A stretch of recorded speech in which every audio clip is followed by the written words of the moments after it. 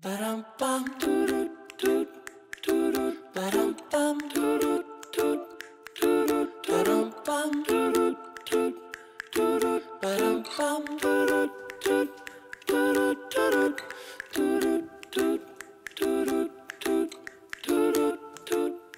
napot kívánok! Üdvözöljük Magyarország nagykövetségén Tokióban.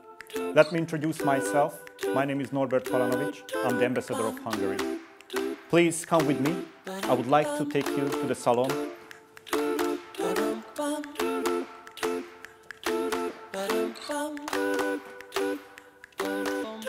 Let me introduce you Mr. Gergő Rácz, our chef at the Embassy of Hungary.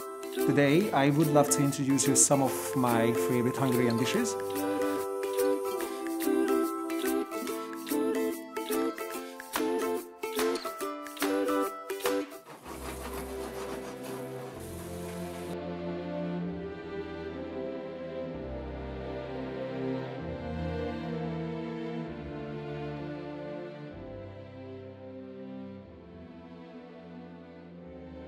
Székelykáposzta. It is cold, and as the name suggests, cabbage is one of the main ingredients of this dish. Cabbage, and then the sourness of the cabbage has been with us in the Hungarian cuisine for 500-600 years or so. This is one of the varieties where cabbage is prepared together with meat and also with paprika. Again, one of the main characteristics of the Hungarian cuisine. And I need to add that it goes the best with a little bit of sour cream on the top. So I will put a little bit of sour cream on the top and then I will taste it now.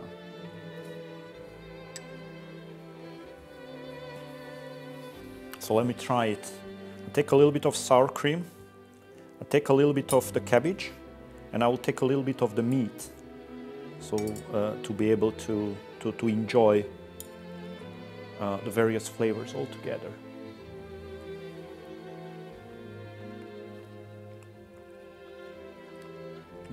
It's a very good balance between the meat, and then again between the cabbage, and then between the sauce that comes with it.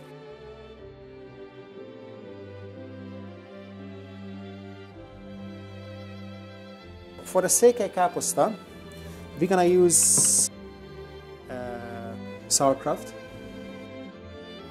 pork shoulder, katarost. And for the base, we're gonna use again onions, garlic, some fresh vegetables, tomatoes, and paprika. Such a paprika powder, black pepper, bay leaf, and such a salt.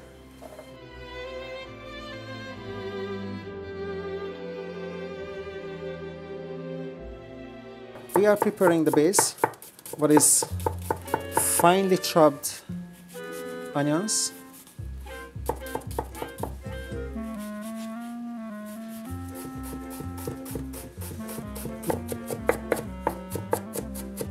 I'm gonna start with the base, what is actually vegetable oil.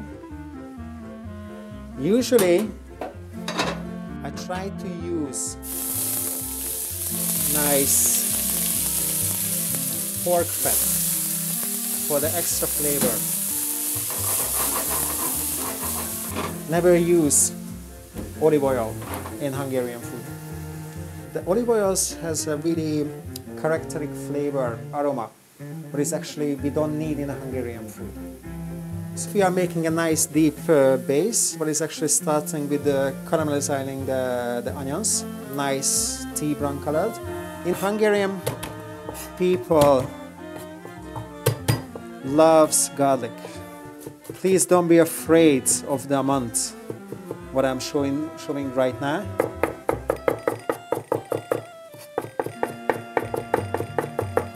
The paprika.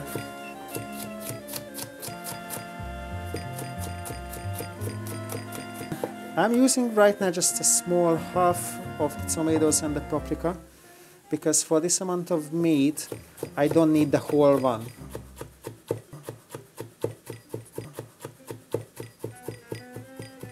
Okay. I'm start cutting the meat nicely. If you're just gonna use the roast part, what is actually is like a big chunk of meat, it can be, for the long time cooking, can be a bit like a dry feeling in the mouth. So try to choose always something fatty parts for the long time cooking. We have a nice caramelized onion. We're gonna add first of all the paprika again.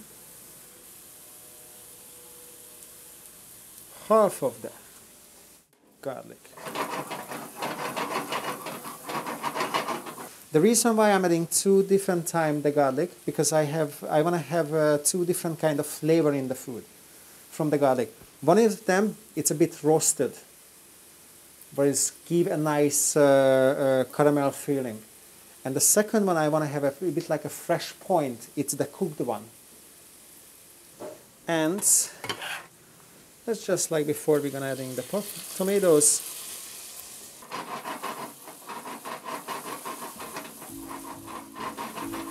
We're gonna pull on the side, turn off the gas,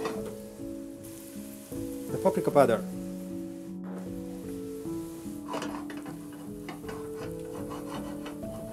Because of the paprika powder can burn down easily, that's why we're turning off the gas, to make sure that we have the nice color from the paprika powder, not the burnt, bitter flavor. After adding some water,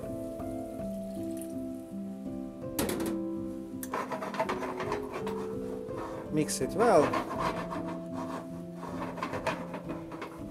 and turn on the fire again. I'm gonna adding the rest of the garlic for the freshness.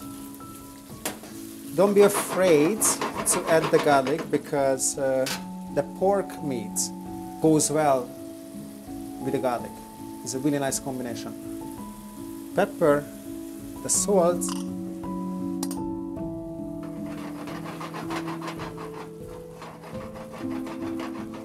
adding the pork.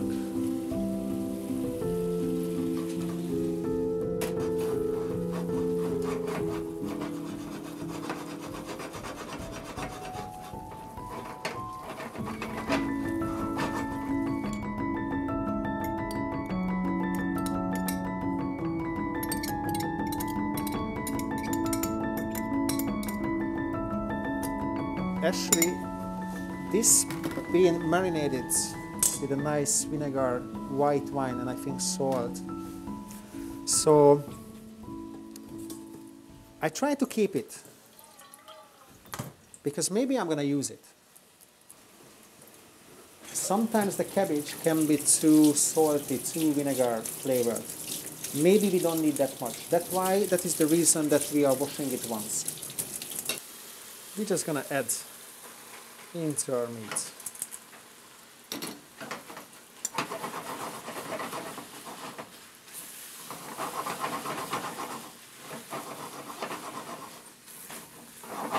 Mix it well.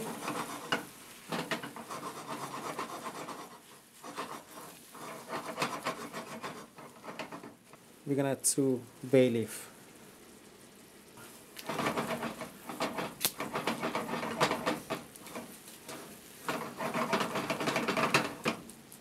After that, slowly, with a nice fire under it, we start cooking that till the cabbage and the meat is going to be nice, soft and tender. There you go.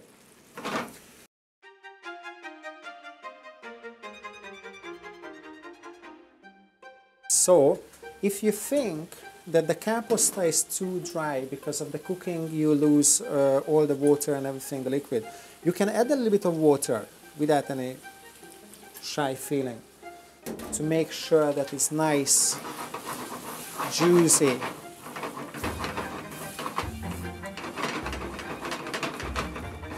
You have to try.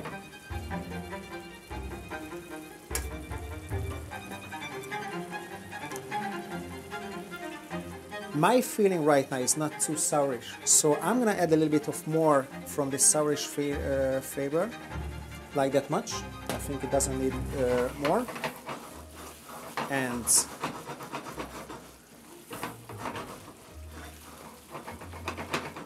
Let's try again. I think it's perfect.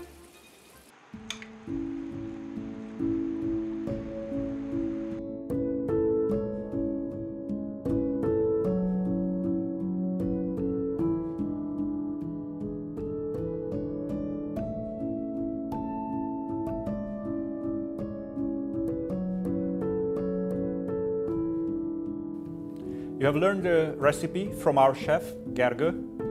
I would like to encourage you to try this dish at home and try to prepare it. And then when you close your eyes, take a bite of this dish and then be reminded of a Hungarian festive occasion or just the traditions of a Hungarian village and the Hungarian countryside. So please do enjoy.